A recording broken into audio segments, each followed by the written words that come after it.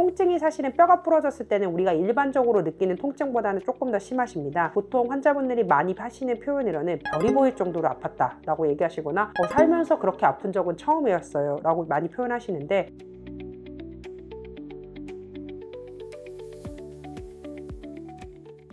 안녕하세요. 서울현병원 신한솔입니다.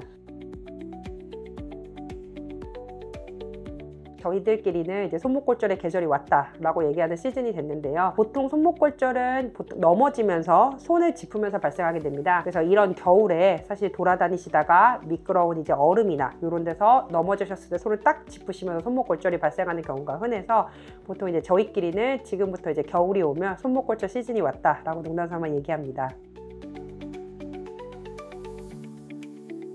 결국 염좌라고 하는 건 우리가 일반적으로 삐었다라고 하는 거고, 골절은 말 그대로 뼈가 부러지는 건데 일반인들이 증상으로 구별하시긴 사실 쉽지 않습니다. 통증이라는 건 결국 되게 주관적인 감각이고요. 그래도 우리가 이런 경우에는 정말로 골절 가능성이 꽤 높으니 병원에 가보시는 게 좋겠습니다 라고 말하는 것 중에서는 첫 번째, 뼈가 부러지게 되면 부러진 위치에서부터 피가 나오고, 이게 외상이 없으면 그 나온 피가 갈 데가 없기 때문에 꽤 많이 붓습니다. 통증이 사실은 뼈가 부러졌을 때는 우리가 일반적으로 느끼는 통증보다는 조금 더 심하십니다. 보통 환자분들이 많이 하시는 표현으로는 별이 보일 정도로 아팠다 라고 얘기하시거나 살면서 그렇게 아픈 적은 처음이었어요 라고 많이 표현하시는데, 심한 통증과 부종, 압통을 동반하는 게 골절의 특징입니다. 다만 이러한 특징들이 없이도 골절이 일어나는 경우가 있고, 특히 손목골절의 경우는 골다공증이 동반되어 있는 골절이 흔합니다.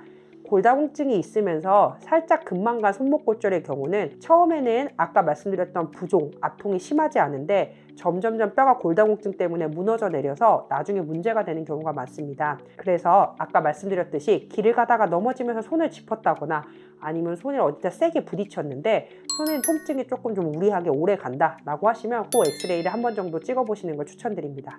결이 보일 정도의 통증이라고 하셨는데, 네. 골절이 완전히 팍 부러졌어요? 아니면 금이 좀 갔어? 아니면 이렇게 탈골처럼 됐어? 어느 게 제일 아파요? 진짜로 되게 뼈가 엄청 많이 부러지셨는데도 저는 이 정도는 그렇게까지 아프지 않았어요 하시는 분들도 있으시고, 금방 간 골절인데도 정말 너무 아파서 사실은 마약성 진통제까지 요청하시는 분들도 있어서 골절의 정도와 통증을 딱 맞춰서 말씀드리긴 좀 어려운 부분이 있습니다. 옛날에는 수술을 안 하다가 요즘에는 수술을 많이 하는 골절 중에 대표적인 게 손목골절인데요. 이유는 사실 이제 기술의 발전이랑도 연관이 있습니다. 옛날에 사실 이제 제가 정형외과 레지던트도 하기 전인 30-40년 전에 쓰던 금속판과 나사들은 이 금속판과 나사가 고정해주는 고정력이 상당히 많이 약했습니다. 그 고정력이 약하기 때문에 결국 수술을 해서 나사랑 금속판을 박아도 뼈가 붙을 때까지 손목을 쓰지 못하는 거는 똑같았고, 단순히 어긋나 있었던 뼈를 맞춰주는 역할밖에 하지 못했습니다. 그랬기 때문에 우리가 일반적으로는 정말로 뼈가 많이 심하게 분쇄된 경우가 아니면 수술을 안 했고, 그 외의 경우에는 그냥 뼈를 붙였는데요. 이렇게 뼈를 붙일 경우 손목은 특성상 뼈가 안 붙지는 않습니다. 우리 몸에 있는 뼈가 부러졌을 때 수술을 안 해도 어긋난 상태로 뼈가 붙는 위치가 있고, 수술을 안 하면 뼈가 안 붙는 위치가 있는데, 다행히 손목은 어긋나더라도 뼈가 붙는 위치이기 때문에 소위 말하는 옛날 금속판으로는 수술을 하기보다는 그냥 어긋난 상태로 붙이는 게 저희가 더 이득이 많다라고 판단을 했었는데요. 이제 저희가 락킹 플레이트라고 표현을 하고 잠김 금속판이라고 하는 금속판이 있는데, 결국에 옛날의 금속판과 나사는 뼈에 우리가 나사를 박을 때 나사가 뼈를 붙잡았다면, 이 락킹 금속판이라는 거는 금속판에 나사와 금속판 그리고 뼈가 세 개가 한 가지 세트로 움직이게 됩니다.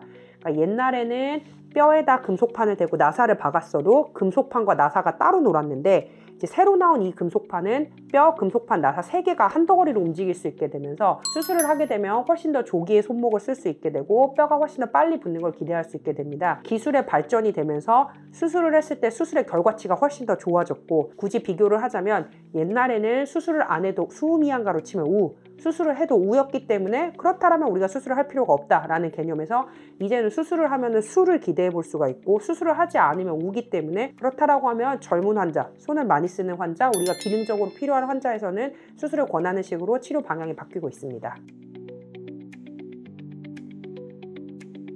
사실 이제 여기가 사실 문제가 많이 발생하는 부분인데, 요즘에 그러니까 저처럼 이제 저희 세대 이제 의사가 된 지 한 20년 정도 된 저희 세대에서는 이제 손목골절을 이제 수술을 한다는 컨셉이 많이 잡혀 있습니다. 나이 드신 원장님들에 비해서. 다만 이제 소아는 얘기가 아예 다른데, 소아 같은 경우는 손목에 성장판이 있게 되고 손목의 대부분의 골절이 성장판과 연관이 있게 됩니다. 그래서 이 경우에 있어서는 오히려 수술을 하는 게 성장판을 건드리고 성장판에 문제를 일으킬 가능성이 높아지게 됩니다. 그래서 성인은 사실은 손목이 수술을 하는 경우가 많고 소아는 가능하면 수술을 하지 말아야 되는데, 이 두 가지 경우를 헷갈리면서 수술을 하지 않아야 되는 소아 손목골절을 수술을 한다던가, 아니면 꼭 수술이 필요한 성인 손목골절을 수술이 놓친다거나 하는 경우들을 왕왕 볼 수 있게 됩니다. 애들은 그냥 통깁스를 하고 보면 됩니다. 아까 말씀드렸듯이 손목에는 성장판이 있는데, 성장판 주변의 골절은 신기하게도 뼈가 부러져서 어긋났을 때 스스로 리모델링 뼈를 맞출 수 있는 능력이 있습니다. 그러니까 예를 들어서 이게 정상적인 뼈 모양인데 뼈가 이렇게 어긋났다라고 쳤을 때, 어른은 이 상태로 뼈가 붙지만 애들은 일단 이 상태로 뼈를 붙여놔도 성장하는 힘에서 뼈가 성장하면서 다시 펴지게 됩니다. 그래서 애들은 아무리 뼈가 어긋나 있어도 수술을 하지 않는 것이 대부분의 경우는 원칙이고, 오히려 수술하는 과정에서 성장판을 건드리는 것이 더 좋지 않습니다. 얘기하신 경우가 제가 며칠 전에 환자분이 있었었는데요. 이분 같은 경우는 처음에는 금망가신 골절 상태였습니다. 근데 이게 이제 정형외과를 가지 않고 재활의학과를 가셨고, 금망간 골절이긴 하셨는데 이게 금망간 골절이라는 사실 자체를 이제 놓쳐서 이게 어떠한 깁스도 아무것도 하지 않은 상태로 손을 계속 쓰셨고, 이분 같은 경우는 이제 금망가 있던 골절에 골다공증이 같이 있는 상태에서 어떠한 고정도 하지 않고 뼈를 쓰셨더니, 이제 예를 들어서 이게 정상적인 뼈가 이렇게 금망가 있던 상태의 골절이었으면 저한테 왔을 때는 다친 지 한 달 정도 되신 시점이었는데 뼈가 이렇게 무너져 내렸습니다. 골다공증, 뼈가 약하시면서 받쳐주지 못한 상태에서 손을 계속 쓰니 뼈가 무너져 내렸고, 뼈가 무너져 내리면서 관절이 무너져 내려서 오히려 처음 다치셨을 때보다 통증이 더 심하고 움직임이 불편하고 손목이 움직이는 각도에 제한이 있어서 오셨고, 그분은 늦었지만 수술을 해서 어긋난 뼈를 맞춰주고 뼈 이식까지 해서 수술을 종료를 했는데요. 오히려 그러니까 뼈가 골절이 돼 있는 상태에서 어떠한 치료도 하지 않고 손을 쓰시게 되시면 이게 대부분의 경우는 골다공증이 동반된 골절이 많습니다. 손목골절은. 그래서 뼈가 점점점 더 무너져 내리게 됩니다. 감사합니다. 서울현병원 신한솔이었습니다.